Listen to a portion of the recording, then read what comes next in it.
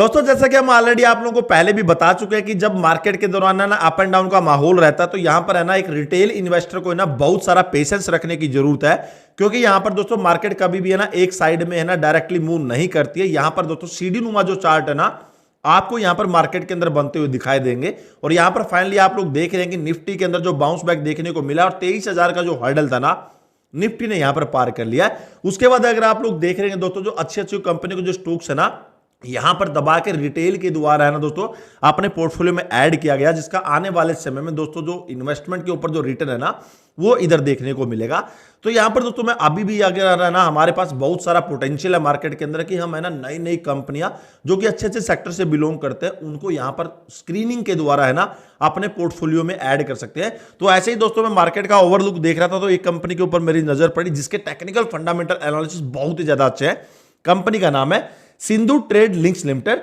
देखिए कंपनी यहां पर दोस्तों है ना अगर मैं बेसिकली बात करूं जो कि ट्रांसपोर्टेशन लॉजिस्टिक्स है, स्पोर्ट्स सर्विसेज है, साथ में दोस्तों जो इसकी सब्सिडरी कंपनियां हैं वो जैसे कि मीडिया है, ओवरसीज कोल माइनिंग है, बायोमास बेस्ड जो पावर जनरेशन है ना उनके अंदर काम करती है। सबसे पहले हम कंपनी का दोस्तों है ना यहां पर कंपनी की पूरी है ना हम डाटा देख लेते हैं। देखिए जो सिंधु ट्रेड लिंक्स लिमिटेड है ना इसकी जो भारतीय जो सब्सिडरी कंपनियां है ना वो है सुधा बायो पावर लिमिटेड और इंडस ऑटोमोटिव प्राइवेट लिमिटेड। तो यहां पर देखिए कंपनी ने अपने बिजनेस को है ना अलग अलग दोस्तों डायरेक्शन में ना डाइवर्ट कर रखा है। इसकी अगर हम फॉरेन सब्सिडरी कंपनी देखते हैं तो परम मित्रा दोस्तों जो रिसोर्सेज प्राइवेट लिमिटेड है उसकी भी बहुत सारी कंपनियां हैं, जैसे कि परम मित्रा कोल है, ओसानिया दोस्तों रिसोर्स है, परम मित्रा पावर लिमिटेड है। यानी अगर आप लोग देखोगे ना कंपनी की दोस्तों है ना आपको जो इनकी सब्सिडरी कंपनियों की जो ब्रांचेज है ना टहनियां फैलती हुई दिखाई दे जाएंगी। यानी कंपनी यहाँ पर है ना बरगद की भांति खड़ी है और इसकी सब्सिडरी कंपनियों की दोस्तों टहनी की भांति है ना पूरे दोस्तों वर्ल्ड के अंदर है ना इधर काम करी है। यानी कंपनी का जो बिजनेस है ना आपको काफी ज्यादा इधर है ना डाइवर्सिफाइड इधर दिखाई दे जाएगा। मार्केट कैप अभी इसका 2,954 करोड़ रुपए है। हाई इसने 31 रुपए 14 पैसे तक का लेवल टच किया है। करंट प्राइस 19 रुपए 10 पैसे है।